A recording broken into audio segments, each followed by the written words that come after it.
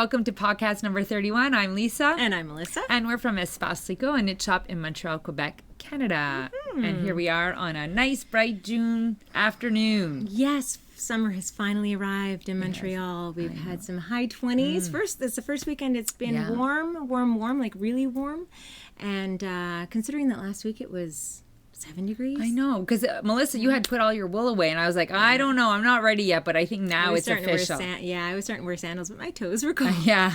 You willed it. You willed the good weather. I had some good days and some bad days with the weather, with my clothing choices. Right. But it's here. It's here, and actually, we're going to talk a little bit about how to prepare all your woolens for putting them away for storage for the summer. So I think it's kind of apropos, right? Yeah. We've kind of been doing I spent a couple of weeks doing that.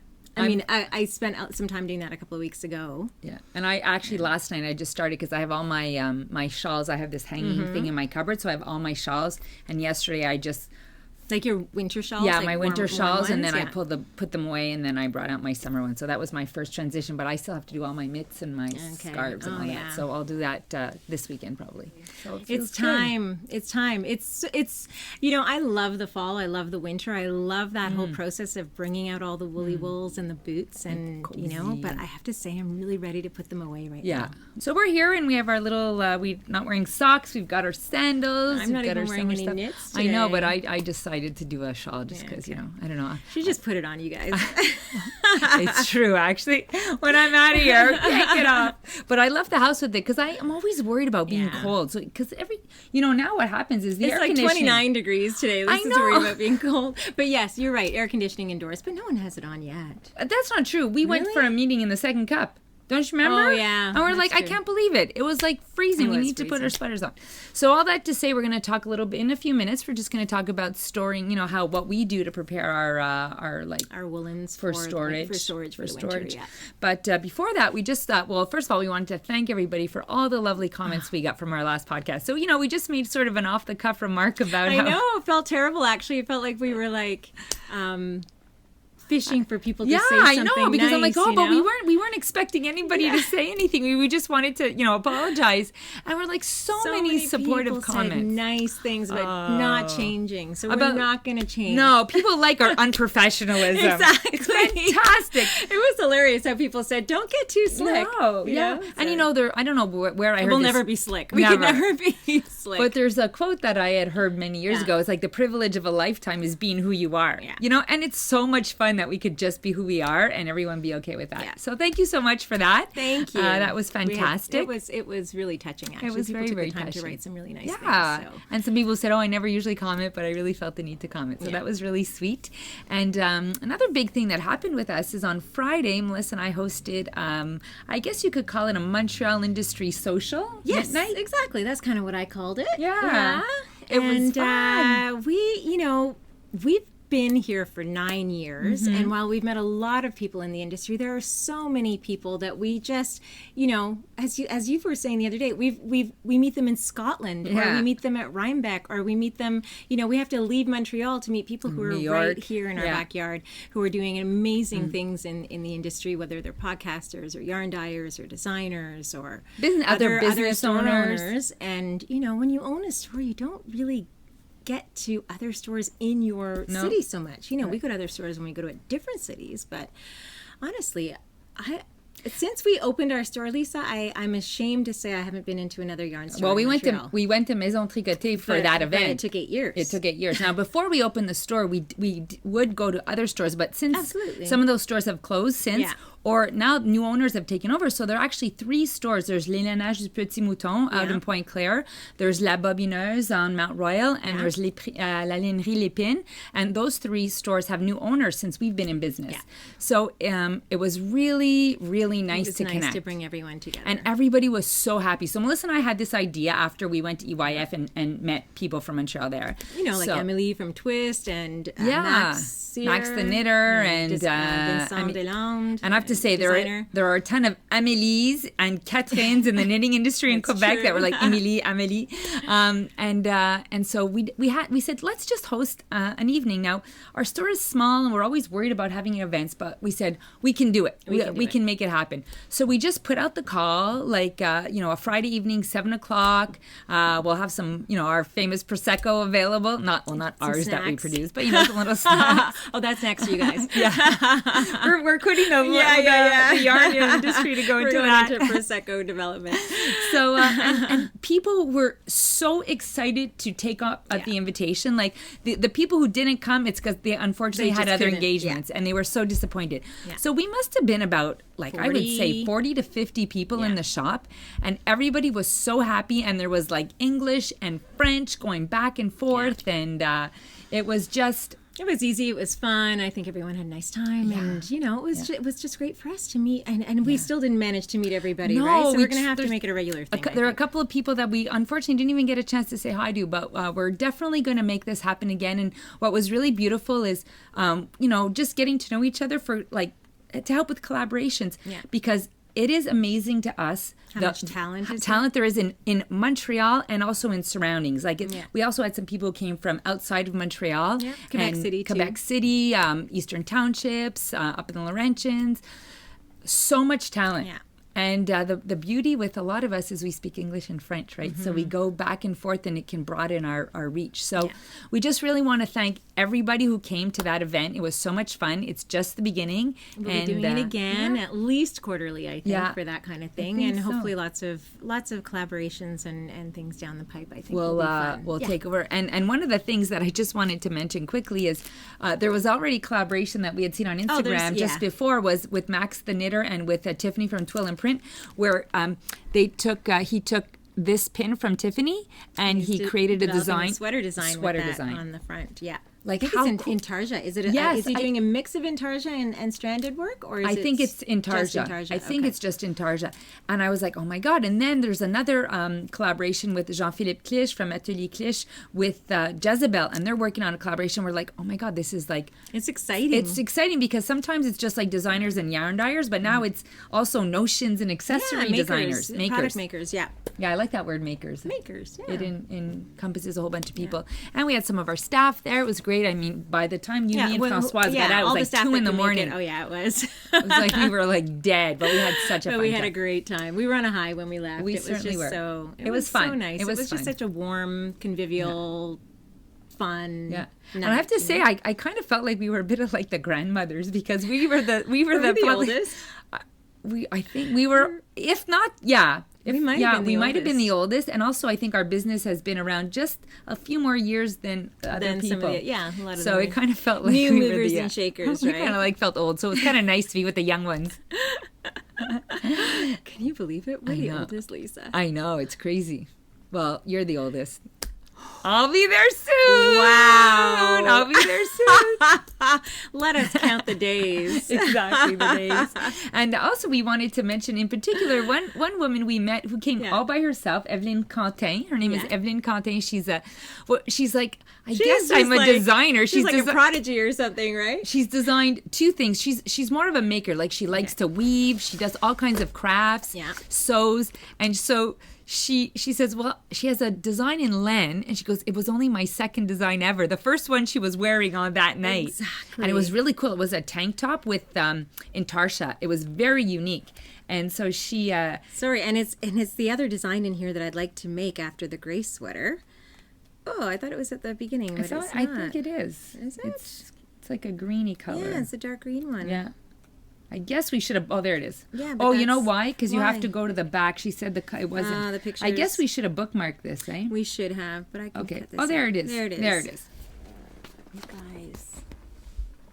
And she just finished her schooling. She came by herself. She didn't know anybody. She showed up from Quebec City. She walked in. She goes, I don't know anybody. I don't know anyone here. I just came to say hello. And she says, I'm Evelyne Quentin. I'm like, oh, you're the one who has a design in Len. And that was nice because Julie's the one who alerted us to her because we didn't know about her. So it was really fun.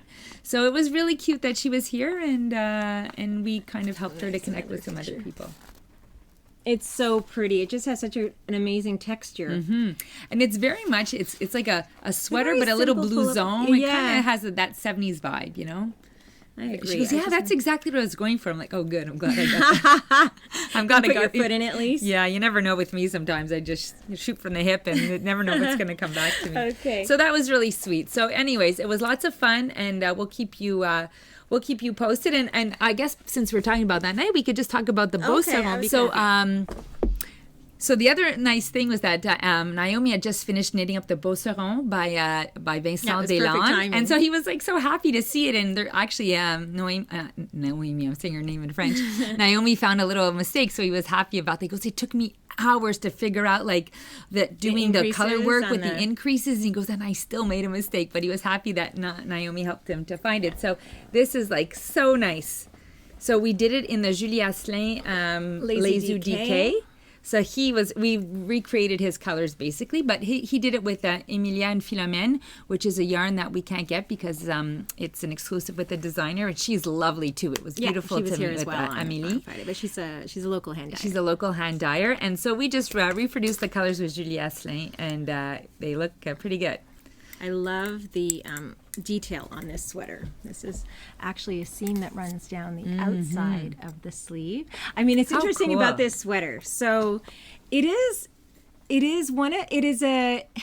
usually when you see designs for men, they tend to be quite boxy, quite traditional, and perhaps I'm just speaking too much in generalities. But what I find about Vincent's designs and Max as well is they tend to be a little bit more body conscious, and they're going to show off, you know, your muscles. Those nice things that they have. Exactly. So my husband put this on, and he felt like Superman. I'm going to bring that home to Sean. We'll see how he does. It just, I don't know if it's the way, even just that detail of the seam running down the outside, it just sort of accentuates the line of the muscle down the sleeve. And then this part sort of makes you look a little bigger on top and narrower on the bottom because the darker color is on the bottom. So it kind of, it creates a little bit of, you know, it's a little illusion. It's very flattering. Well, you know, actually, I had a discussion with him, and he said that was why him and Max started making sweaters, because they didn't find things that suited their style. They found exactly what you said. Right. Very boxy, not very flattering, lots of cables, lots of, a little bit more traditional. Yeah, and he said we wanted something a little bit more modern. And so I think all those design elements you're talking about were very intentional. Yeah. And he succeeded, you know, so it's fantastic. I mean, it's one of the few sweaters I've shown Johannes, and he's been like, I like this. Yeah. I like this. I want this. I said, well, if we ever close the store, you can have a sample, but I'm not knitting it. I'm afraid. Or he could pay someone to knit it for him. Commissioned for him. Yeah. I mean, you know, I always joke around and say, oh, these young kids. It's fantastic, these young kids, you know? Like they have a different eye, and they're bringing something new and new shapes to the knitting world. Yeah. So we're really happy to have them. And, you know, if you think about it, just there we had 4 male knitters, you know? We had Max the knitter, we had Vincent Deslandes, we had Jean-Philippe Clich, who's Atelier Clich, and we had Rémi Savard, who they do a podcast together called Les Chippendales. Chippendales. I mean, if you guys if you understand French, you have to go and watch this podcast. Even it if you the don't, most fun. Even if you don't understand French, you have to go see the beginning because it is like Chippendales, so you can kind of think of with a play there. So even if you just watch the beginning as intro just for fun, it's worth it. They are bringing something modern and new to the knitting world. So and it's nice to see podcasts done by some guys too. Yeah, you know? And we had Eric in Toronto, Sticks Plus Twine, doing his podcast, true. And but there aren't that many. No, there are not that many male podcasters, so it's nice to see them. And they're also, unfortunately, we had Steve Rousseau and Phil weren't able to make it. There are other designers who come to our shop a lot, but they had a previous engagement. They designed with a lot of Shibui yarns, actually. So beautiful lace designs. Yeah, so you know, it's nice to see we have men and we have women and young people and older people and all kinds of people involved. So, anyways. So I think that you'll be seeing and hearing more from all of those people in the future, and we certainly are going to do our best to keep the community sort of connected and continue networking for all, I mean, because the stronger, the more we work together, the stronger we are, the more creative we are, and we can really promote, local makers. And we really feel that's kind of what people want to see. They want to see a vibrant, knitting community, and maybe we'll turn Montreal into like a destination. A little hub, you guys. You have to come. Hub of making. So that was fun. We really had a lot of fun with that. Okay. So that was a great thing on Friday. And then Melissa, you on Sunday. Yes, on Sunday. I went with Emma, who is Vibrant Pixel on Instagram, and Catherine, who is Jazzy Kath. They're both staff here at the store and good friends. And we planned a few months ago, we heard that Aruna from Buku was coming into town and giving a workshop on punch needle. And you guys, I had mentioned sort of venturing into the punch needle arena a few months because you had showed some stuff. You had already dabbled. But I felt so. I heard that Aruna was coming, and I wanted some tips and tricks from the expert, obviously. And so we signed up for this workshop, and it was the nicest way to spend a Sunday morning. Aruna is just the coolest. And one very talented and busy lady. One very talented, busy lady. And just in the end of May, I guess, her new punch needle book came out. And you guys, it is so beautiful. There are so many ideas, so many projects to be made with punch needle in here. So I was completely inspired. It's just so beautiful. It's beautifully illustrated, it's beautifully photographed, and so many creative ideas. So it was great. I bought one for myself and one for my mother, and she actually signed them for us, which was nice.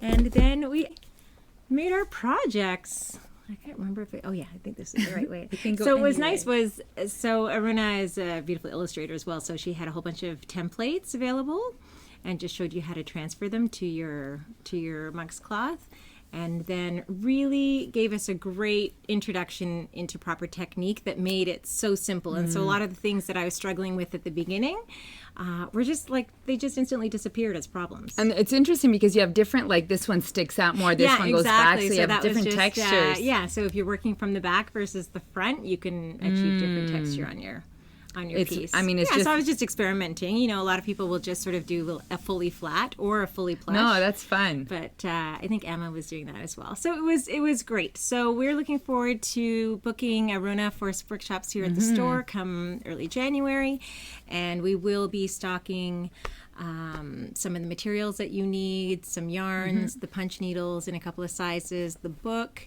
and we'll probably do hoops instead of these frames, because these are frames that you have to buy and then stretch and staple your mugs cloth onto. But Aruna showed us some great hoops that are extremely grippy, they prevent your cloth from, because you have to have a really taut fabric when you're doing this.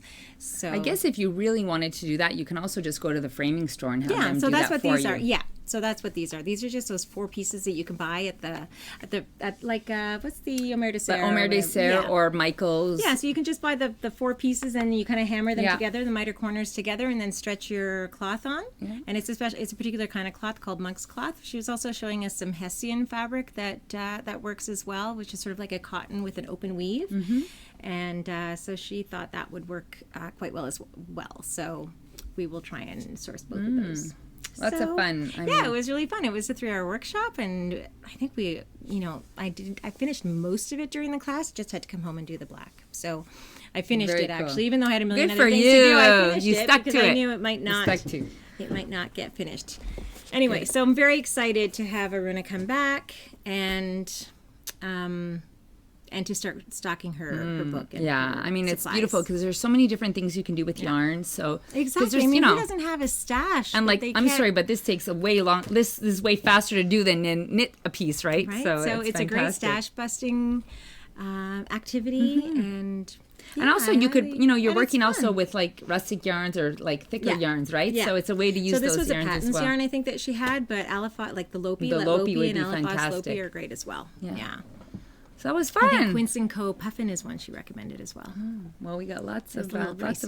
Though. Yeah. So that was great. Yeah, that sounds like lots of fun. And while Melissa was doing that, I was running around the park with Gianluca, who was in a 10-kilometer race just for the fun of it. So our son is running, and Sean and I were just like running from corner to corner to watch him. To watch him, we're like, okay, we had the map. We're like, okay, now if we cut across this area, this park, we'll catch him on that side. So that was lots of fun. So we got a little bit of exercise in, but not as much as him, of course.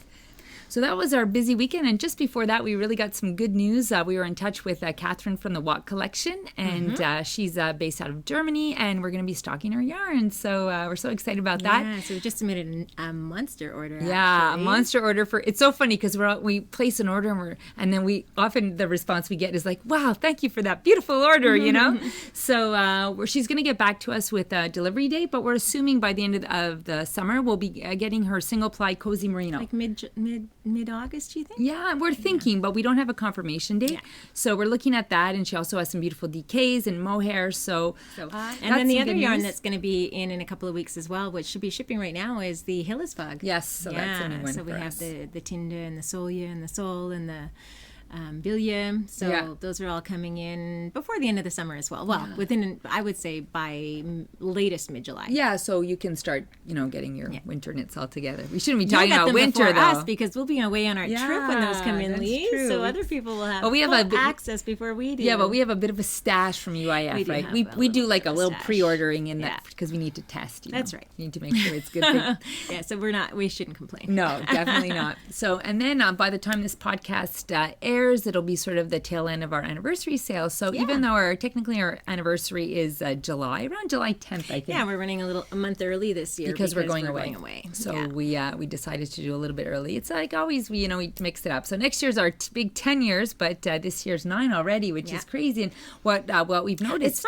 It's funny. 9 sounds crazy compared to 8. Does it? 9 sounds way older to me than 8. Like 8 seemed like we were still new. It was a bit like turning 30. Yeah, it's because you're going into double digits next. So it's kind of just the step. It's like 49. It's 39. I guess that you're like, you're on to the next phase, Okay. So maybe that's it. Yeah, 9 just feels, wow, that's a long time. It does. I mean, it's gone fast, but at the same time, when we look at photos of ourselves and how we've aged, we're like, oh my God. We were such babies. Or we look at our kids, we think of our kids. Yeah, like, they were babies. Gianluca was a total baby and Tristan was in daycare. So you're sort of like, oh my God. 3. And now, Tristan's like 4. Yeah. Tristan's like a man practically. And then Gianluca's finishing elementary school, moving into, well, here we go to high school in grade 7. So it's, he's moving on to that. So it's crazy, but we're celebrating, and who knows next year what we'll bring. But what we notice is there's many people in the industry, their anniversaries are kind of around, like Brooklyn Tea is going to be 10 next year. Everyone opens in the summer. Yeah. And then even like, Festival Twist, they're just a year younger than us. Yeah. And so it's interesting, sort of like, it looks like the renaissance of the knitting world happened between around like 12 and 9 years ago. Yeah. So that's kind of true. Yeah. So so if you want to benefit from that, the sale will be going on until Sunday. Well, yeah. So this podcast will probably go up on Thursday, possibly Friday, and the sale will already have been going on for a couple of days and ending on Sunday. Yeah, so you will, obviously, those of you who are subscribed to our newsletter or come to our website will know or see us on Instagram. Yeah, but if you're not, you might want to subscribe to the newsletter or be a subscriber on Instagram, and that way you can get up-to-date information. So, I mean, that's kind of that's like our beginning. That's a roundup, That's our roundup for what's been going on. And so we just wanted to touch briefly, as we mentioned before, that it's really, really a good idea when you change seasons. I mean, some people don't live in climates where the seasons change as drastically as ours, but we always have this ritual at the end of the winter season to kind of put things away and bring out the summer things. So we just wanted to talk a little bit about what we do, just in case people were wondering, what they should do. And I mean, the main reason you want to do that, first of all, is you want to kind of welcome summer and spring and fresh air and realize you have other things in your closet to wear and maybe other shawls or sweaters that rotate your wardrobe. Yeah, to rotate. It's like rotating your stash. Yeah, you want to rotate it. Yeah. And I think also you want to clean them up, get rid of the oils, the dirt, wash them so that they're fresh and pack them so that you're excited to wear them again the next season. And then it's not a matter of taking them out because you've packed them dirty and you're thinking, I'm going to take them out and I'll wash everything fresh next. And then all of a sudden it gets cold and you're like, I need my stuff. And then you've got to do this whole thing. There's nothing nicer than taking your fresh smelling woolens out of storage and just being able to use them right away. Yeah. And also if you wait too long, what happens is it gets really hot and then you have no desire to touch all that wool. All your wool. Exactly. So it kind of like, Now's the time. Now's the time. So I did all mine a couple weeks ago, actually. I know. I haven't, like I said, I haven't done mine, but because I'm colder than you, Melissa, so I had to keep my stuff available. You had to keep your stuff a little longer. So the first thing we wanted to talk about is the different soaps that we use for that. So really it's basically soak and eucalyptus. Soak and eucalyptus is the one. Although we have the twig and horn wool wash as well, which is really nice. So these are a little different. The soak and the eucalyptus are a little bit different. The difference is that the eucalyptus actually contains lanolin. So they're both all natural, biodegradable, no chemicals, doesn't harm the environment. Artificial fragrances and that kind of thing. The fragrances actually come from essential oils, and the lanolin does the eucalyptus does contain some lanolin, which makes it a perfect wash for your 100% wools. Your alpaca, your llama. Yes, exactly. I mean, you could even do if you have a mixture of wool and linen or mixtures of wool and silk. You can wool and cashmere. You can. The only hesitation I have, and the reason I don't use this, is because that lanolin is a little bit of an oily substance. It's the natural oil that you would find in wool.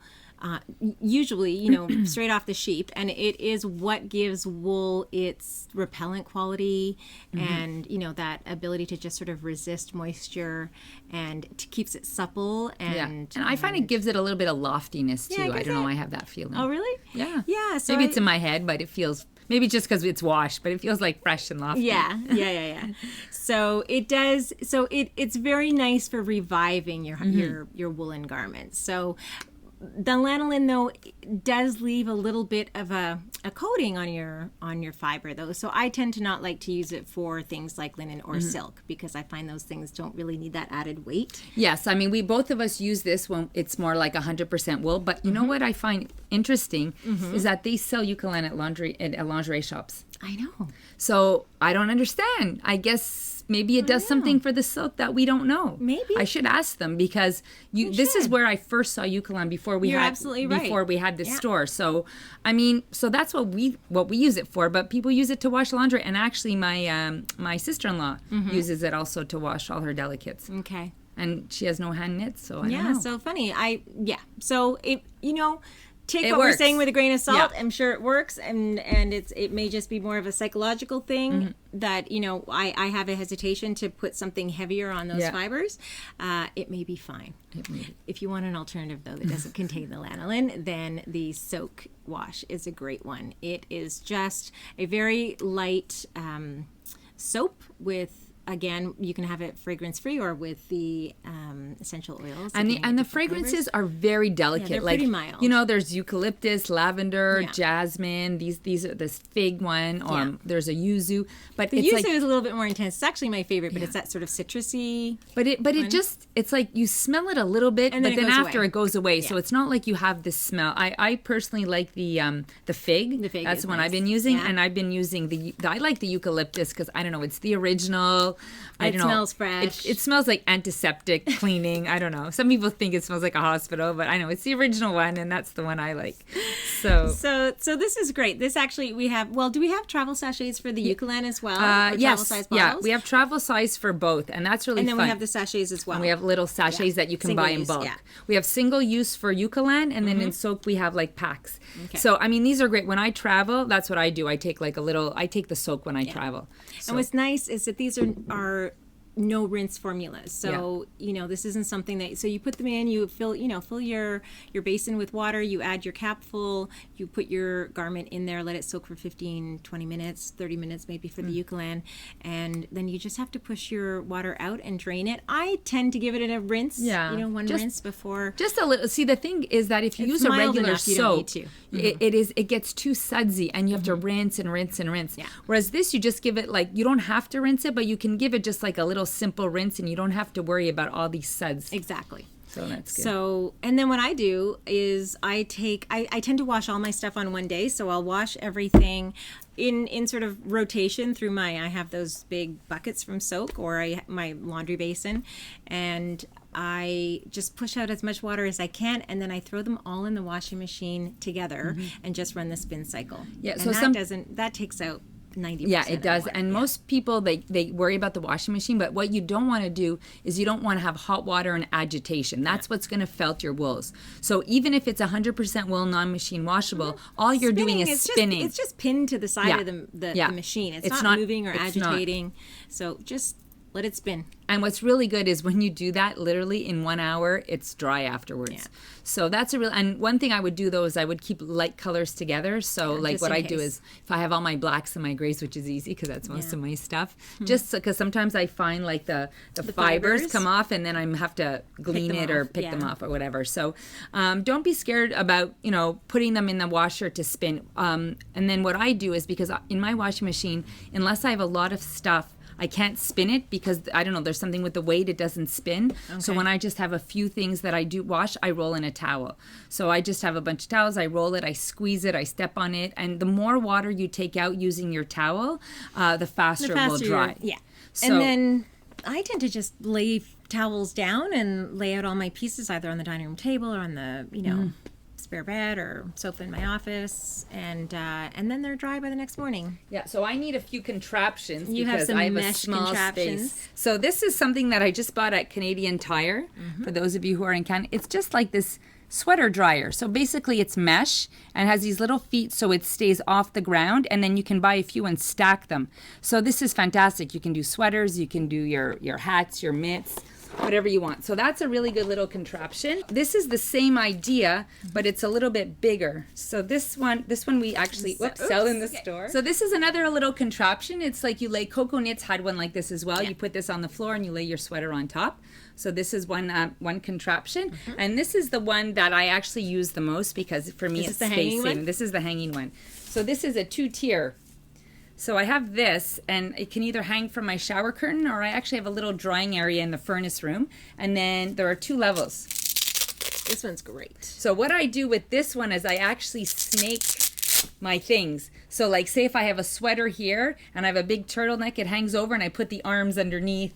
Or if I have a scarf, I put it here and then I bring it underneath and then I bring it on top like a little S. Okay. So this is really fantastic, and this can hang from your so then your pieces don't get stretched out. Yeah. So these are different mesh contraptions, and they dry rather quickly. So those are really good. And then sometimes people say, "Oh, do you have to reblock your items, like pin them?" And I think it depends. Like if you have a shawl and you want a scallop, I have to say I'm really too lazy. What I find is that when I wash, the edge still maintains. It's like after I've blocked it the first time. Oh, you really find? I mean, it's less. Okay. It's not as pronounced, but it's fine with me. Okay. But if you want it to be like as pronounced, then you just might want to pull and pin. And if you have blocked something aggressively and you need it to be stretched to certain dimensions that it's not going to do automatically just by being laid flat to dry, then you will have to insert some wires and some pins but again. That's if you're but I think if you're really trying to achieve a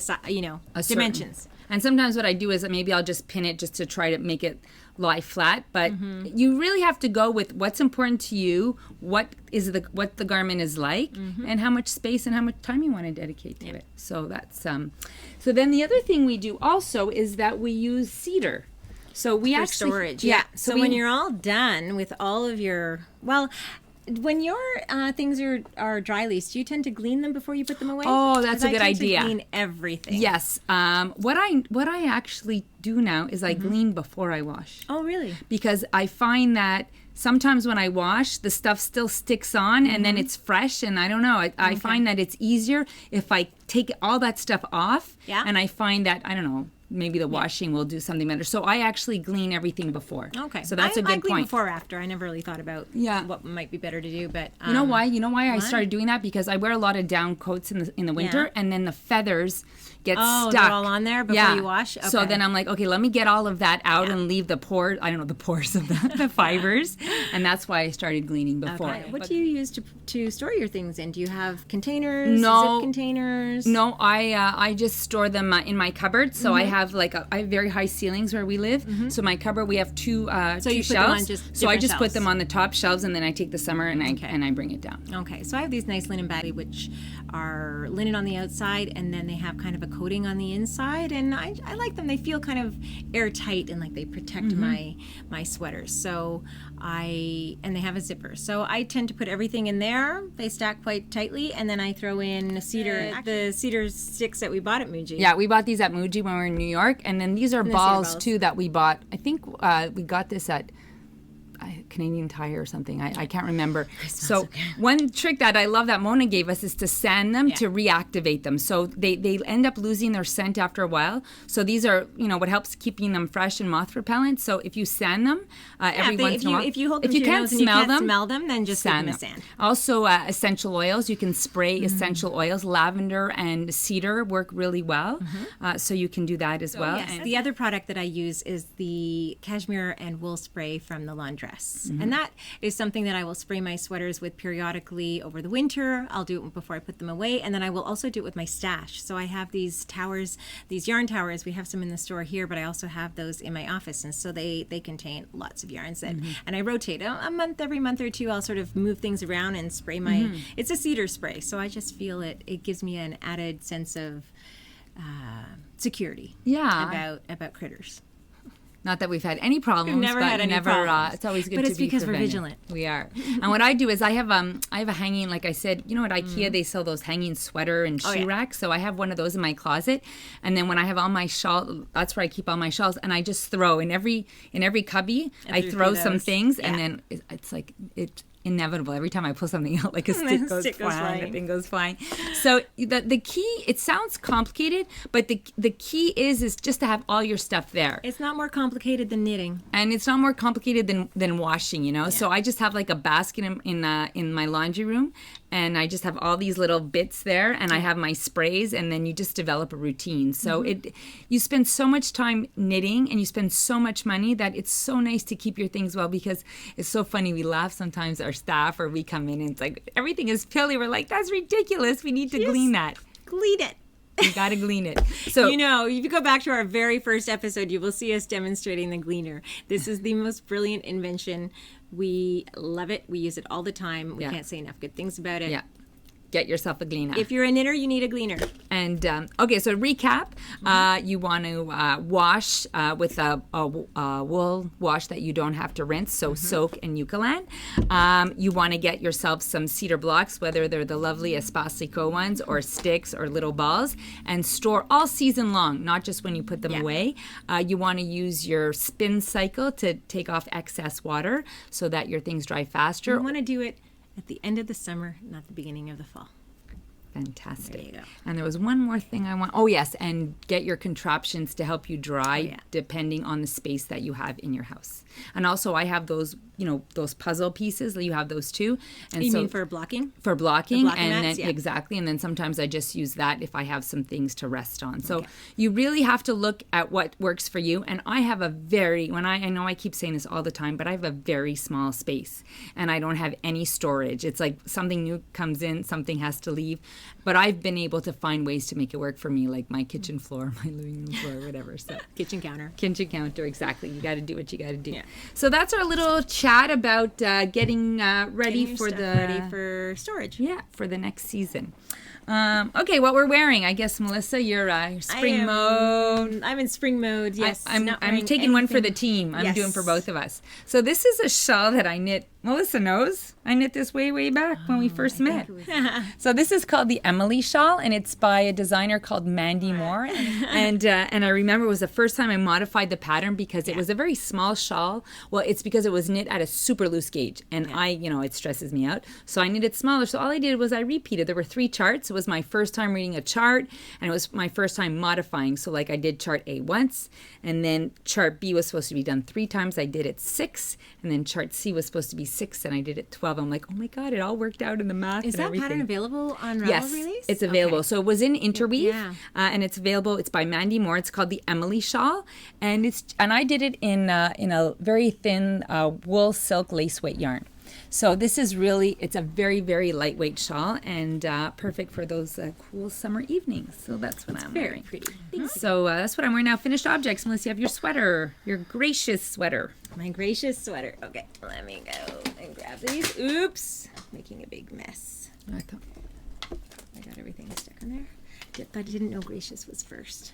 Well, it's because my name was first, but I just talked, so I need a break. Okay, so was I finished this on the last episode? Okay, I think we had the same comment on the last episode. No, it wasn't finished. You still had a sleeve or something to do. Okay, so the gray sweater is finished, you guys, and I'm in love. It is very, very simple. Top down, it's very much modeled in terms of the shape of the sweater on the Missoni Accomplished sweater that I designed. I modified the gauge because I was using a lighter fingering weight yarn and I wanted a slightly denser fabric with it. But the sleeves, the shape, the twisted rib at the top and bottom and the cuffs is basically the same. And essentially I've just substituted the striped the large stripes for the color work in the Missoni Accomplished.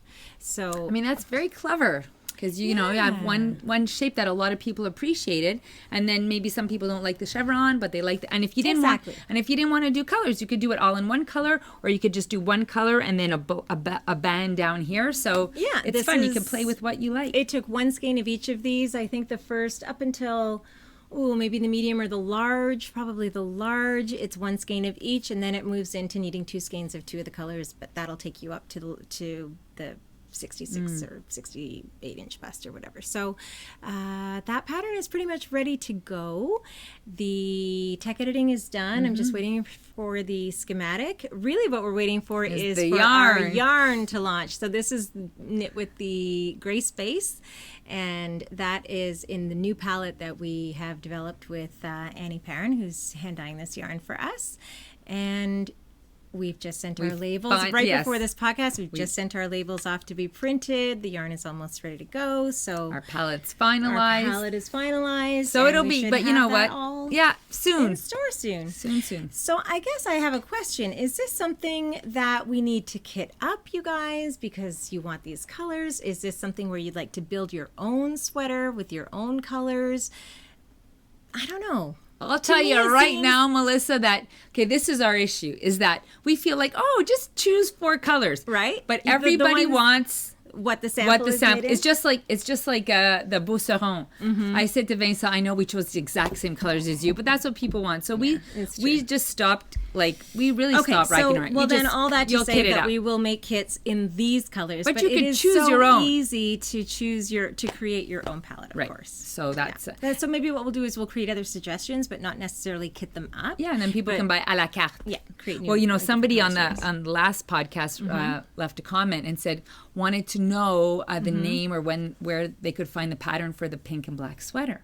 Okay. And I'm like, you can. I'm like, so I'm writing I'm like, for the life of me, I have no idea what sweater pink it is and black sweater you're thinking. Speak. I'm like going through my whole brain, and just as I'm about to press reply, I'm like, it's Melissa's new sweater. So that was it. So I'm happy with this. Was just a pleasurable knit. This is a merino cashmere silk yarn. It's a single ply.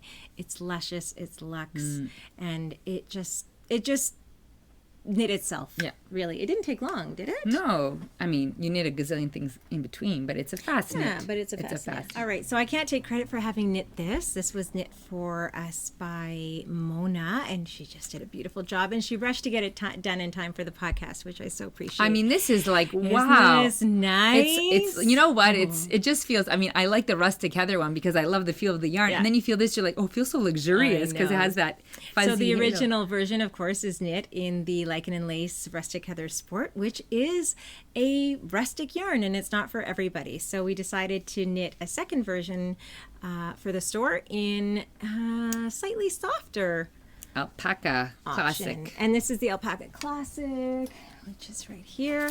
So by this Rowan. is from Rowan. Oops. And this is a blend of alpaca and cotton. This just teaches you that you can have the same pattern knit in different yarns, and they're just as beautiful. So don't stop yourself from saying, I need the yarn in the pattern, because there's so many beautiful options depending on the look you're going for. It's really beautiful. And the colors, lofty. I mean, they're so like apropos. They're the colors of the It's the season. color of the season. You know, I have my obsession with this Melissa's color right into now. the... I know. We'll see how long it will last. Son coup de cœur pour le rose pâle. Anyway, Naomi and Chloe tried it on yesterday and they didn't want to take it off. No, Emma and Naomi. And Emma and Chloe didn't want to take it off because it's that light. And even though it's really warm, I mean, obviously it's not for now. You guys are going to knit this for the fall. Yeah. But you're going to die if you wear it. Yeah. It's just a very lightweight but very warm sweater and fabric that's created by that yarn. So anyway, that will be photographed soon and it will be a new sample. And I mean, follow the pattern as is, right? As is. So I have I'll call it a finished design. So this is a design that I created and Françoise graciously knit it for me because there's only so many hours in a day. And it's called the Seaside Stroll Baby Blanket. So Melissa and I were into this like slip stitch after we came back from EYF. We had this slip stitch idea. So I decided to create a baby blanket. I don't know if so basically there's a rib on the bottom. So there is, and what we did was I believe we did in the end we did a 3x2 rib. Yeah. Because we wanted, oh my God, I have so many problems with this light, eh? Yeah, just a little bit further back. Further back? Better, yeah. Okay, so here I wanted the slip stitch to come up in the middle. So that's why it's knit 3 purl 2. So the slip stitch goes right up the center. And then we decided to keep a rib border. Oftentimes you see like a stockinette or a garter border. So we wanted to keep the integrity of the rib. Rib starts. Did you do the same thing on your En Voyage? Yes. I did the same idea on my En Voyage. So it starts there at the bottom and then it just continues up on the edges and that creates your border. I love that. Yeah, it's interesting because you get an idea with one pattern and then it's like, I'm on a roll with that. It just gives it a beautiful finished edge and it's different than the interior of the blanket, but you don't have to have that. You don't have to come up with some other idea. Yeah. You know? Yeah, you're right. So, because what would you have done? Yeah, because I'm like, because I mean, it's kind of a nice transition. It really is. It's like really it ties smooth. The whole thing together. Oh, just so clever I am. So clever you are, So Lise. I made a little baby version. I made like a little version of this. I'm like, okay, Françoise, here you go. Here's the pattern. And she said, you know, it was like a fun thing to knit because it was an easy repeat because it's like a 4-row repeat. But she said there was something a little bit different. So you got into a nice rhythm and it wasn't boring and it was sort of motivating. So we used 4 skeins. We actually used 3 1/4 skeins of the Artfil DK Americana. And so Françoise said with the leftover yarn, you could certainly do like a little baby hat if you wanted, or like a little mitts or something, or little booties if you wanted to. And so we find that these are the perfect proportions for like a stroller blanket.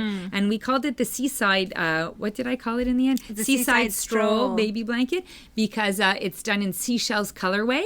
And I just felt it's like, you're strolling along the beach in the cool breeze. So and you it's put a this on your perfect baby. colorway for that. Yeah, so it's really fun. I'm really proud of how it turned out and really grateful to Françoise for knitting that up. So I've written up the pattern. I just need to send it off to tech editing to our favorite Kitty and Kathy. Hopefully if they can turn that around quickly, we can get it off before we go on vacation. Yeah. So Melissa's We're leaving in 2 weeks from today. Yes, we are. So we got a lot of stuff on our plate. So Melissa's going to graciously photograph that. Yep. And there you go, Melissa. Add it to my pile, Lise. Add it to your pile. So that is a finished design that I just did. Okay.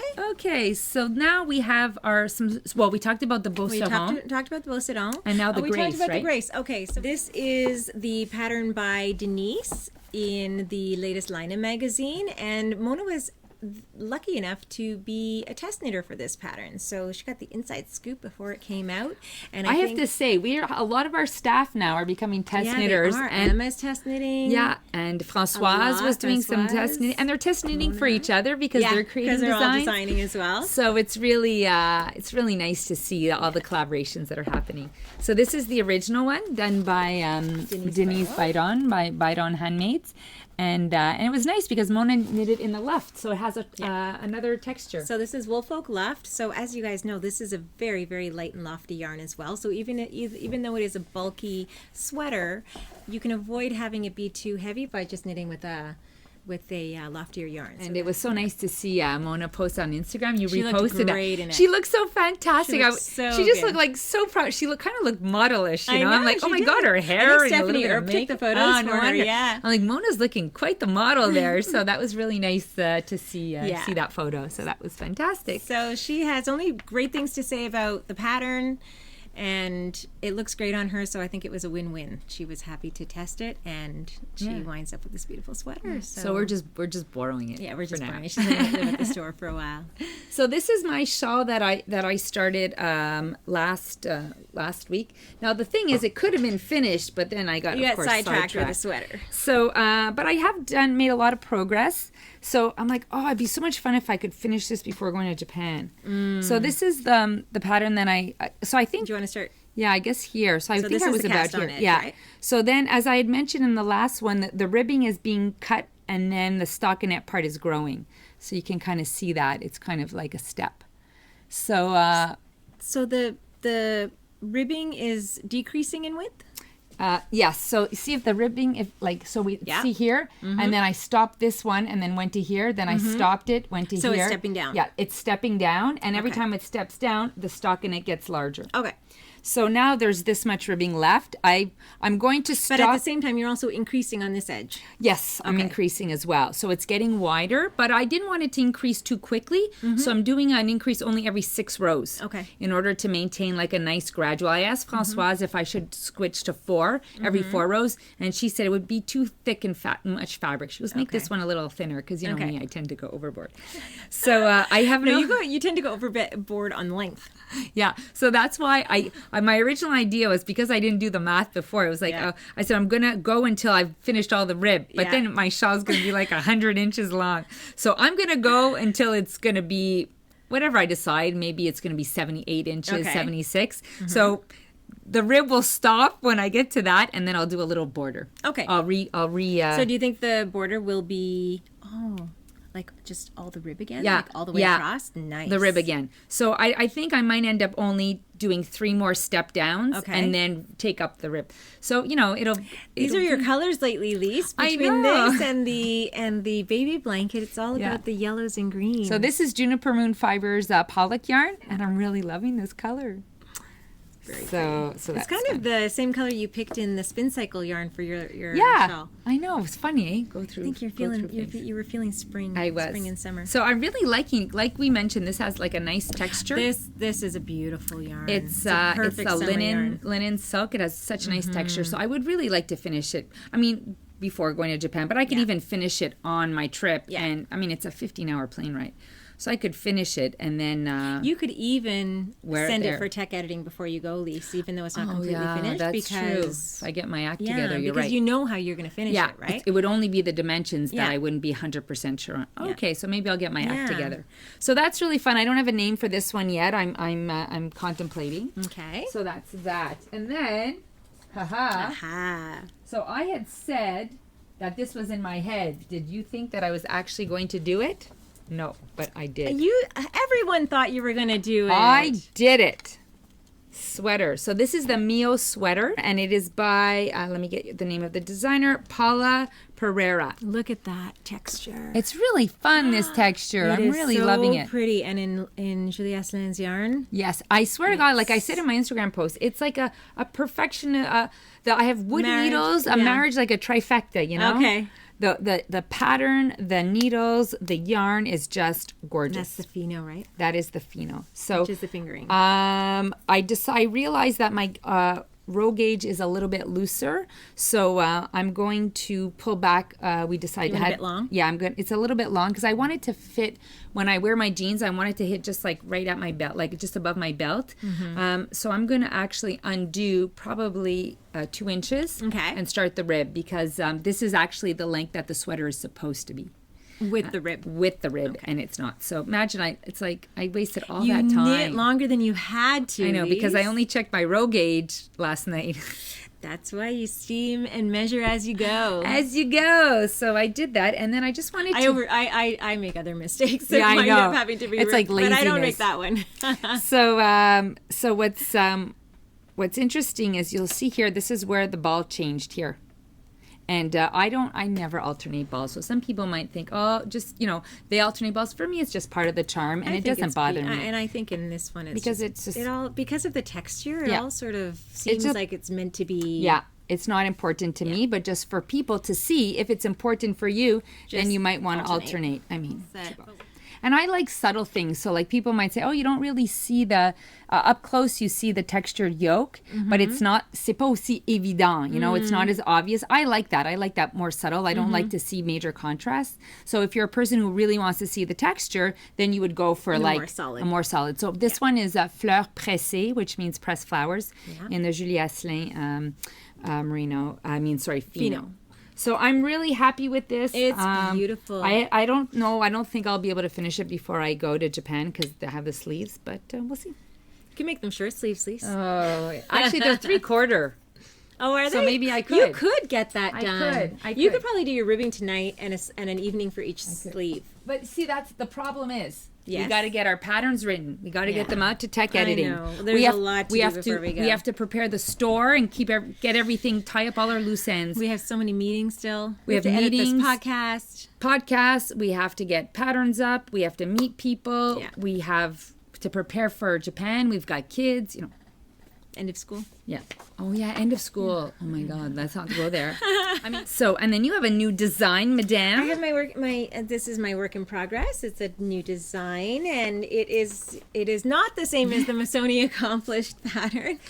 I actually had to redo my math for this one. Look at that. Look at this. So cute. Yeah. I was actually really happy. And you did the I-cord, Melissa? I did the I-cord all the way around. I'm going to undo it so we can see it. Look at you, girl. Yeah. Oh, she's so cute, Melissa. Thanks, Lise. So cute. Yeah, so this was, this required me figuring out a lot of math because I wanted a slightly different shape. And it was a different gauge again. And I wanted my increases to be a little bit different. And then, when I got to the bottom, and because I wasn't doing rib, I started doing my I-cord edge and found that the bottom was just really too wide, so I had to undo everything, and then I had to do some decreases right before the row before the I-cord edging, and yet it still feels very sort of pretty in A-line. What I didn't want was this to sort of like pull in necessarily here and then tie, because I still wanted a slight A-line shape, but to have that tie here. So it worked out. I was happy. I was up late last night because I was like, is it going to work? Is it going to work? Is it I know, and it's like you're on a roll, right? Yeah. It's so cute, what though. I like is it sort of pulls some pleats down the side, which I think is really pretty. And so then I was just trying to decide how I'm going to finish this off. This is actually designed or knit with another one of our colors. It's coming out with our Grace palette. And do we have a name for this one? Is this Érable? Have we decided on it? Oh, we've changed it so many times. I know. We cannot so confirm. don't even get that out of your head. What I'm saying. Exactly. Erased. I do not know what this color is called. I do not remember. I have to tell you, we went through hell trying to choose our color names, and Annie helped us. Yeah, and we still don't. We can't keep track. We can't. No, it's a very hard thing. You want to make it important. You want to make it meaningful. You want to follow a theme, and by the end, you're like, whatever. And then half of them match your theme, and then the other half are. Well, they're reaching a little bit. And then we want to have some French because it's part of who we are, and so we wanted some references to Montreal and Quebec. And but then we're like, oh, will people who aren't French be able to say those names, or like what's the? Oh my God, I was the arbiter of what I felt the Anglophones could say. I know because Annie and I were like, c'est facile, it's easy, like, nope. And they're like, no. I'm like, oh God, okay. Non-French speakers are going to butcher that very badly, and it will forever be known as X. I know, because we even if you're an Anglo in Montreal, you're just so used to going back and forth that you understand it and it all makes sense. So true. And so I'm thinking I might do short sleeves. I don't know. Should I? Lise? You know what? It's kind of funny because I was thinking, sometimes you wear like a long sleeve T-shirt underneath. Yeah. It might be cool with the blouson. Yeah. I was thinking, if you wear like a light colored shirt underneath. So then I'm like, do I just finish it off here? And so it's sort of, with an I-cord around the sleeve as well. So it's virtually sleeveless. Or do I come down a little bit and then do my sort of like mid upper arm? You know what you need to do? You're going to need to do like one mid and then decide one of each. You know. That's what happens when you're not a real designer. So I will you try and fake get it this till you one make it. written up before I go as well. At least sent to tech editing, so it'll come out after I come back. We're keeping Kathy and Kitty busy. Yes. It's so funny. We met them quite a few years ago, and we're like, oh maybe one day We'll design. Thank something. God they approached us. Yes. Thank God. I am grateful to them. amazing. And then we're always like, oh, you can do this, And they're so fast. Oh, you can do so that. Thorough, and they can do anything. They can do anything. We're like, oh my God, you offer that service? We're like so excited. Yeah. They'll do your schematics. They'll do your grading Charts. It's like, stuff. oh my God. Oh, yeah. They're turning us into the real thing. Yes. So I'm putting another one out there called the Siki shawl. So this is by Dawn Henderson. Yeah. And I don't know. I love seeing a guy wearing a shawl. It just shows you. It's so true. So here is so modern. And I love those little tassels. Here, I'll show it on this side.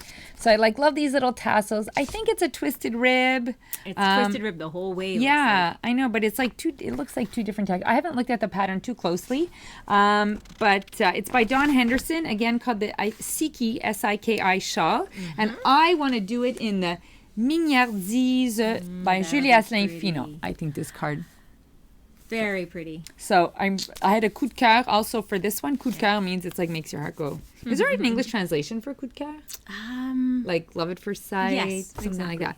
So I'm gonna put that out there. Maybe I'm gonna bring this to Japan, though. I'm thinking I should knit with linen because it's gonna be 40 degrees Celsius with 100% humidity. We also have our shawl. I know. Then we have other shawls. So, anyways, let's go. But I'm putting it out there that I want to do a joint shawl. Yes, we've actually designed it. Yes, we designed it. We just have to knit it. And we're so proud because we drew it. We talked about it over coffee. We drew it, and then we did like a baby sample. Like it looks like a Barbie shawl, and we're like, oh my God! True. It could just go in a Barbie, but it's exactly like how the we envisioned picture. It. Yeah. We're like, oh my God, it worked so good. It worked. Yeah. So now we're just waiting for the yarn to be dyed, so that enough of it, so that we're gonna make it. So that's super exciting. So are we? We have to decide if we're both gonna knit one, or you're gonna knit one, and I'm gonna piggyback on it. Yeah, well, you're not piggybacking. We did it together, but like I know it's our design, but you're doing the knitting work. Yeah, maybe. Because you did a sweater in the Grace, so that's kind of my contribution. So same. And then we just wanted to touch briefly on we talked about different summer samples last time. For example, all the linen. We did Petit Lin Plus linens, but we also have like lace shawls. I use a lot of lace shawls in the summer, and you do as well. So we thought that it'd be nice to just quickly show some lace weight projects. Oops, sorry. So this one actually we forgot to show the last time. It's called the banana leaf. Oh yes. And this Naomi knit it for us last year, I believe. Yep. So this is we saw a customer walk in wearing it. So that's how we got the idea. We need to knit this one. Well, we need to get someone to knit this one. So this is knit with our Petit Lin, which is the lace weight version of our linen. And this one is by Yuki Ueda, Ueda. So super light. It's like it's a banana leaf. It's like when leaves kind of dry and you just see the spines of the the leaf. So nice. And it becomes kind of transparent. That's what it feels like. And there's this really nice. I was gonna say seam, but sort of what's it called? Spine. Thank you. And texture. So just stockinette and reverse stockinette. Very pretty. This is very chic, just worn as a because also a lot of times people have events, parties, weddings they want to go to. Yeah. So it's nice to have that wrap, and then you could either put it around your neck or when it gets cooler around your shoulder. And then around your shoulders. Yeah. Exactly. And some people also wear it around like as a beach, cover up. Yeah. They can throw it around their waist. It's super versatile. Yeah, because I wouldn't tie it actually. I would just wear it like this or as a wrap. Yeah. So that's one example of a nice shawl done in a linen. Now I'm sorry to show something that's a bit wrinkled, but it had fallen off the rack and it was squashed. But I wanted to show it because it's our Saint Laurent pattern that we did in the Maillac. Mona knit this one up for us. Well, we did it in linen as well. Yes, in the Petit Lin, and then also so we decided to do it in the Maillac. So it's the Saint Laurent pattern, and if you sorry, Melissa, it has a spine as well. And you do one triangle, and then you pick up as you go and do the second one. So Jocelyn is the one who designed that for us, and it's an Espace Tricot free pattern. Beautiful, but it's the Maillac lace weight, so it has a bit of the warmth of the yak, but it's a very thin yarn and elegant as well. and the way you can fold. And speaking of the Mayak lace, I know we're talking about shawls lace, but the Mayak lace is just one of those beautiful lightweight lace yarns that is nice to have on you when you're in air conditioning, when you go to the movies. Just, it's a perfect summer weight sweater because it is so, this is knit at a fairly generous gauge, but I know. the linen, the yarn just fills in all those spaces. We were shocked when we saw Julie Weisenberger of Cocoa Knits actually wearing this in Cologne, right, at the trade show. H&H. And so we had to have that one knit up as a sample. It is did I mention it's the Lizzie cardigan from Cocoa Knits? It's one of her patterns, and it's knit with the Mayak lace, and it's just so, it weighs nothing. I know, and what I love is you could just throw it in your purse, throw it in your bag. It takes up nothing. And my big thing is when you go to the grocery store, it's freezing. So if you're wearing a little summer dress, as soon as I go into the grocery store, I pull it out and I put it on. So these are just to give you some idea of some colors of the Mayak, which has a beautiful texture. So this is the lace weight Mayak. So these are just some colors we pulled off. The rock. This takes 2 skeins, you guys. I mean, you have cardigan with 2 skeins. Yeah, crazy. So this is one that I designed when I was going to Rwanda, and it's called the Kigali Nights because Rwanda, Sean and I have decided, is the perfect climate to live in. It is, at night, it goes down to 16, 18 degrees Celsius with a cool little breeze.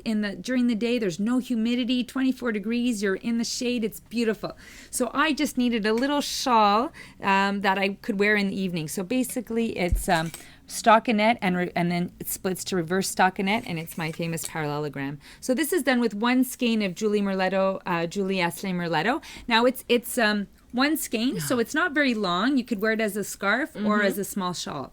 I have the wrapped in lino version, which is basically the same, but it's This one is huge. a little more wearable, maybe. Yes, this one is a bit more accessible, and you can make it longer if you want. Yeah. You just start the decreases when you're ready. You can make the wrapped in lino a little shorter too. Yeah, exactly. So this is called the Kigali Nights, and it's a free pattern. And I just wanted to show you, we got pretty restocked on the Merletto, right, Melissa? So I just wanted to show you some colors here. So these are, and I mean, it's so generous. That's the nice thing with lace weight. So here you have 740 meters or 800 yards. So with these colors, they're so beautiful. And this is 75% merino, 15% cashmere, 10% silk. And so with 1 skein, and what's great about this too is it's a great travel project because it's only 1 skein. Because 1 skein is 800 yards. 800 yards. 740 meters. So it really, it's like, it's not big, it packs light. I mean, all those colors are just gorgeous. And the nice thing with the Kigali Nights too is there's not really any textured stitch.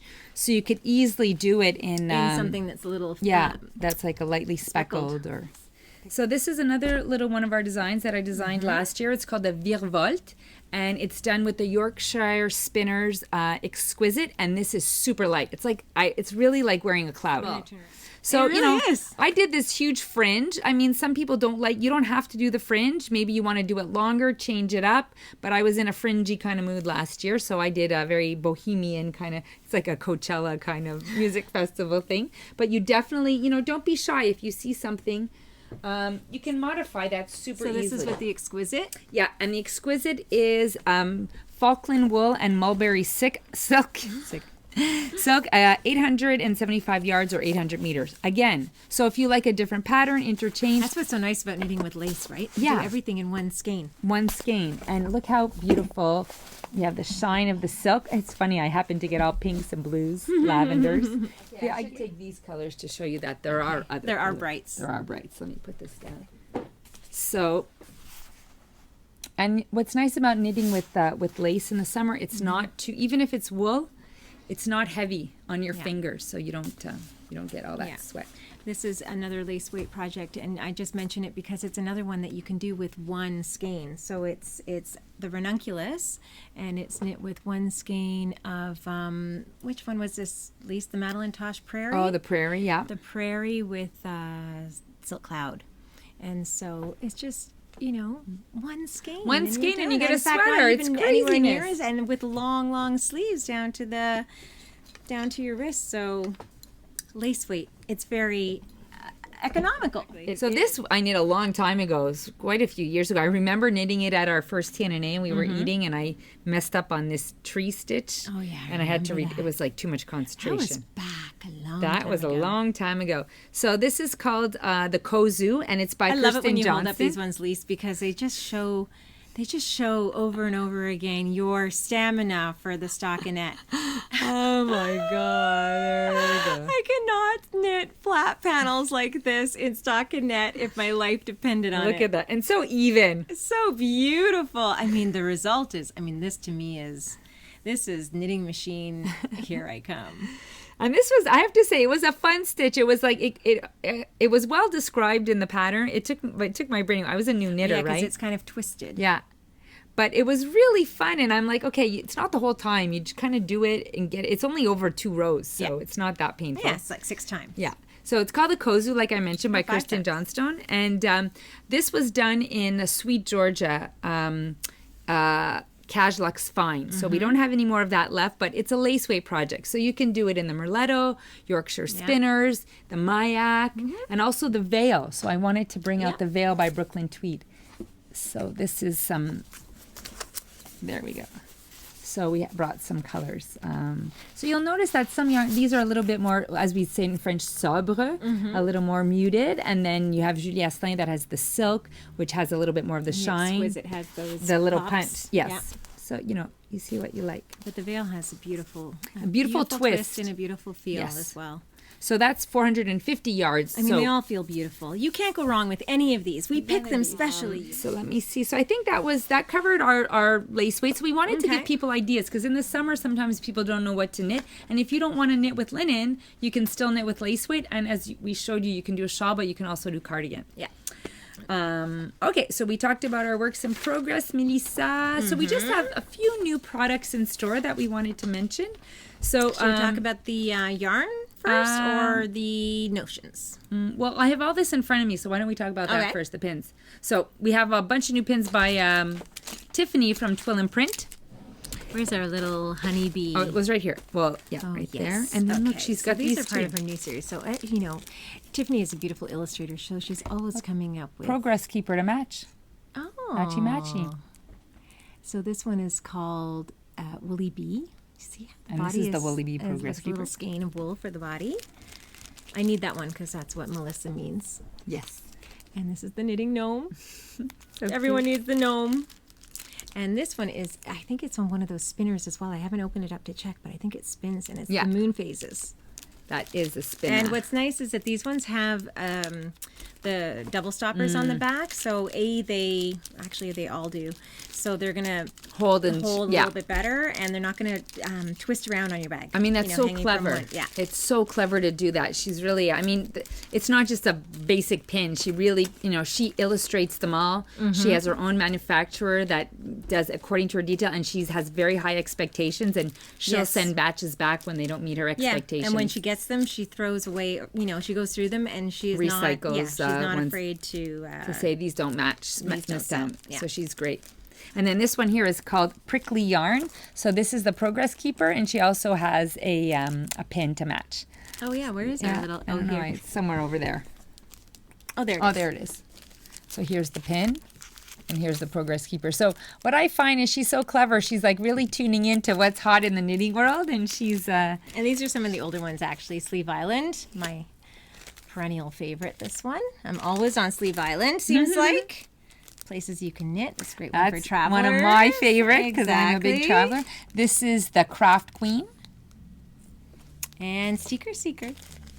And I just wanted to show she has her little... Please? Never. I think that's the last frontier. The final frontier. I was watching some video and then I see the woman. I'm like, oh my God, it's funny to watch her. Cut. I know. So we have the little sheep and the little black glitter sheep. So I thought those were pretty cute. And we have them Progress Keepers and pins as well. And then also we just wanted to mention too that we have the what are I don't know what these are called. These are called Knitter's Helper. Yeah, so they're just to mark your increases and decreases and where have them at a spot where you're supposed to knit two togethers or just to assist you. And I like this one. It's like ever since she made that pin, it's like permission. The slow knitter. It's permission to be slow. The other one I really like is the nighttime knitter, and rainy days are meant for knitting. We're sold out, and she had them back ordered, so she'll bring that to us when she gets here. And then maybe moving on to notions and accessories, we have the pleister bags, and then we'll do the yarn. Okay. So yes, so our pleister bags have arrived, but we are but our sale is on, so we obviously decided to hold these back until the sale was over. They're brand new, and so we decided to bring in the backpacks, and I was going to call it the knitter's backpack, but that's a whole other thing.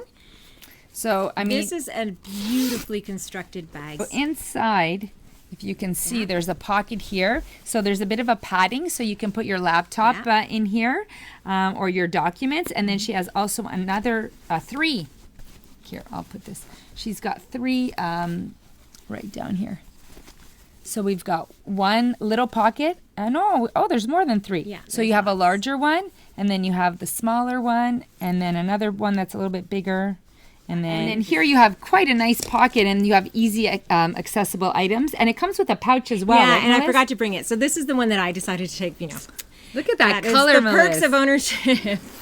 Yeah, so I just thought this just felt so summery. And I like the shape. I just love the squareness of it. And so you've got those, and you've got, you can just wear this, one. I tend to wear it sort of just over one shoulder. And then if I'm walking around, and I plan to take this on my trip this summer, so I'm sure I'll be wearing it as an actual backpack.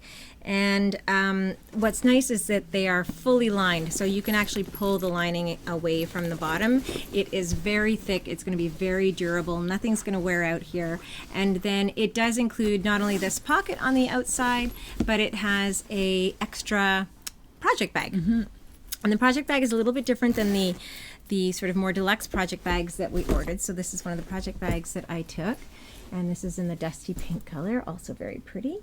And that's my Bichet Bouche pin. So pretty, that pin, actually. I really love it. That's right now for my project, but it has a lot of pockets as well. Again, with the one with the grommet guides, if you need to keep your, if you're doing stranded work and you want to keep your yarns from tangling, you can run your yarns through your yarn through those holes. And it's a good size. I've actually been using one for a couple of months, and I can fit 2 to 3 smaller projects in one. So I have one that currently has 2 hats and wrist warmers and a whole bunch of balls of yarn. It's more than enough for a sweater project. And this one has the leather loop handle. So this is very, very comfortable, very roomy. It's a flat base, so it sits nicely. Nice gusset. Extremely well made, and I'm thrilled that we were able to get them to the store. So we have our first order, and I feel it's already time. We haven't even put them out to sell yet, and I feel it's already time to place a second order. So those will be out on Tuesday. And what I love, maybe Monday. What I love about it's like the knitter's backpack, the pleister, the twig and horn. They're beautifully constructed. They're cottons, wax canvas, and they're made with the knitter leather. in mind. They're made for the knitter and made by makers, and just like really well thought out. They're not just like an industrial nylon backpack. So So I think, and we just have one yarn left, and then we talk about our giveaways for our Instagram. So yes, this is another exciting delivery to the shop. Nice. This is Mondim from Retrosaria Rosa Pomar, and we got in all her solid colors as well as the more sort of speckled Marley, which is interesting because you don't normally see this in a more rustic yarn. So this is like a tightly spun worsted spun yarn. It's very tightly spun. It's made with fine Portuguese wool. This is actually recommended for sock yarn. If you want to knit socks that don't contain nylon, this is a really good alternative because that spin is so tight. Very durable. They're going to be very durable. So the colors are beautiful. They're fun. And this is the yarn that La Bien-Aimée is actually hand dyeing in Paris on the Bien-Aimée Retrosaria collaboration. Okay, now look, I put all fun colors. Oh, you got to add this one. There we go. Look at that. I mean, and then of course I'm all about these ones. Imagine doing all fun like color work with all of this just for fun. So it's really like a nice sturdy and it feels like a workhorse yarn. So Andrea Mowry's LYS sweater, the little yellow sweater, is this exact yarn. in the hand-dyed version or in the dyed version from the Bien-Aimé, but this color is very similar. Actually, it's more yellow. Again, our lighting isn't doing justice, but on our website, you'll be able to see the colors properly. This is color 115. And fun to get this like kind of speckly color work yarn in a rustic, because you don't really find this. So it has a different texture than like the Rauma, for example. I love so it's really, really, and I mean, I'm sorry that you guys can't actually touch it and feel it. I know. But it's rustic. Make no mistake. Take you're not going to be like, oh, it's beautiful. But you know, we like that. There's a time and a place for everything. It's not silky, soft, smooth. It's not merino, you guys. No. So. But it's going to last you forever. Yeah. So that's very exciting. Yeah, so Mondim and Pleister? Yeah, 2 big ones and lots more coming for the fall. So before we sign off, so we're almost at 15,000. We're like 100 away. I think I wrote it down. I think we're like at 100. We're at 14,871 subscribers as of this morning. So really, we hope that people will help us to get there. So we're still going to announce our giveaway because we assume we're going to get there. We're going to get over 15,000. So if you're not subscribed, please subscribe if you want to be part of our giveaway. And we decided that we need a little help knowing what kind of topics you would like us to cover on the podcast, because I mean, we've already done this is our 31st, and you know, we show our stuff, we show what we're knitting, and we do some educational topics, and we worry about becoming boring and a little bit stale. So let us know what you want us to talk about. Topics you'd like us to cover. I know that people often make suggestions and we haven't necessarily followed through on some of those, but it'll be interesting to see, you know, if we invite feedback from you at this point to see, okay, there are some really hot burning things you guys want us to cover here. Yeah, and then if, you know, we'll do our best. We'll do our best, and I just want to give a little disclaimer that we know we're going to get tons of comments, so we're going to look through all of them, but it's going to be impossible for us to answer everybody's comments. So but we will look through all of them. We'll click on a little heart to let you know we've read your comment. But please do not be offended if I'm actually going to put it out there that we probably won't have the time to be able to answer, but we will read all of them. So when you see our heart, it means that we've actually read it, and we'll take your considerations in mind when we plan our next podcast. Yeah, so I guess technically we're sort of going on hiatus. Yes. For the summer, or at least till the end of July, maybe beginning of August. Yeah, we might be back beginning mid-August. When you know, one thing we didn't say was what the deadline for the giveaway is. Oh. Well, we're leaving on the 24th, Melissa. Okay, so 21st? I don't think we should let it go too long. This is going to go up. Today's the 11th. It's going to go up on the 14th or something. So we give it a week? At the most. 21st. Okay. So 21st is the deadline, and we've decided to have 3 beautiful prizes. Yes. So we're going to show 3 people can potentially 3 lucky winners. So what you need to do is you need to be a subscriber to our YouTube channel, and you have to leave a comment. So Melissa's also going to post yes, I'll photos. Instagram each of the prizes. But you don't have to sign up on Instagram or anything. But and you don't have to comment on Instagram. But if you want to go and see what the prizes are, you can go back. So the first prize is going to be this beautiful walk collection. In anticipation of our walk collection arriving, we decided that I had bought this for the Elton sweater, but because we're going to get it, I know that I can get more of it. So this is in the pretty and pink colorway. That is such a good color. And it is, you can even do a few sizes in the, if you decide to do the Elton sweater by Hohi. So we have 4 skeins, 2 of the cashmere, 2 of the merino, along with a beautiful cream colored knitter's backpack for the summer. And then the other thing that went with that was, the Knox Mountain Knit Company shawl cuff and the Tiffany prickly twill and print prickly yarn. Even though this is the opposite of prickly yarn, this is actually in the wrong. But the colors went well. But the colors work. So So this is going to be one giveaway. Okay. We're going big, ladies and gentlemen. So I'm parting. It's prize number 2. Yeah. I'm parting with some of my La Bien-Aimée yarn because we will be able to get more of that as well, because we will be having another trunk show here in the fall. I say trunk show, pop-up shop. Pop-up shop is the right. So that's happening in the fall. So I will be able to restock again. So I'm parting with 3 colorways of the La Bien-Aimée, and this is in the singles, single ply. We have some stitch markers. And so I'm going to photograph each of these and put them on Instagram so you can see them in detail, and we will also link to all of the makers. We will also include with this one the large bag from Jezebel B, and a little notions case as well.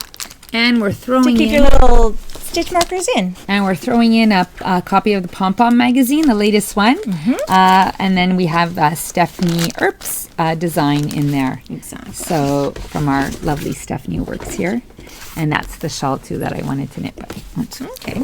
So that's the second one. Yes. So then our last giveaway. So when we were in Portland for our Vogue Destination Retreat with Hoey and Vera, Mary Jane Mucklestone teamed up with Starcroft Fiber to create this beautiful yarn called Muckle Marl, because they take 2 strands, natural gray and a natural cream, and apply them together to create this really beautiful yarn, marled yarn. So such a cute name, Muckle Marl. And this actually comes from a group of sheep that live on Nash Island which is in Maine. Island populated only by sheep. Only by sheep. And there's such a beautiful story. If you go to their website, to the Starcroft Fiber website, they talk about this collaboration and they talk about the sheep and how the company got started. And it's such a beautiful story. It's really like personal, started by a woman who brought her family over, and it's been able to continue through other generations and through other and this is a very people. special yarn. If you have this yarn, you guys, it's not something that anyone can walk into the store and buy. Lisa's parting with hers. I'm not parting with mine. Are you actually, okay with me? because when we were in Portland, we were thinking, right? We did. We said, okay, let's buy something that's special, that's unique. Every time we go somewhere, we try to find something that you can't get anywhere. So we're like, okay, and we're going to buy sweaters quantity worth. We're going to buy 5 skeins.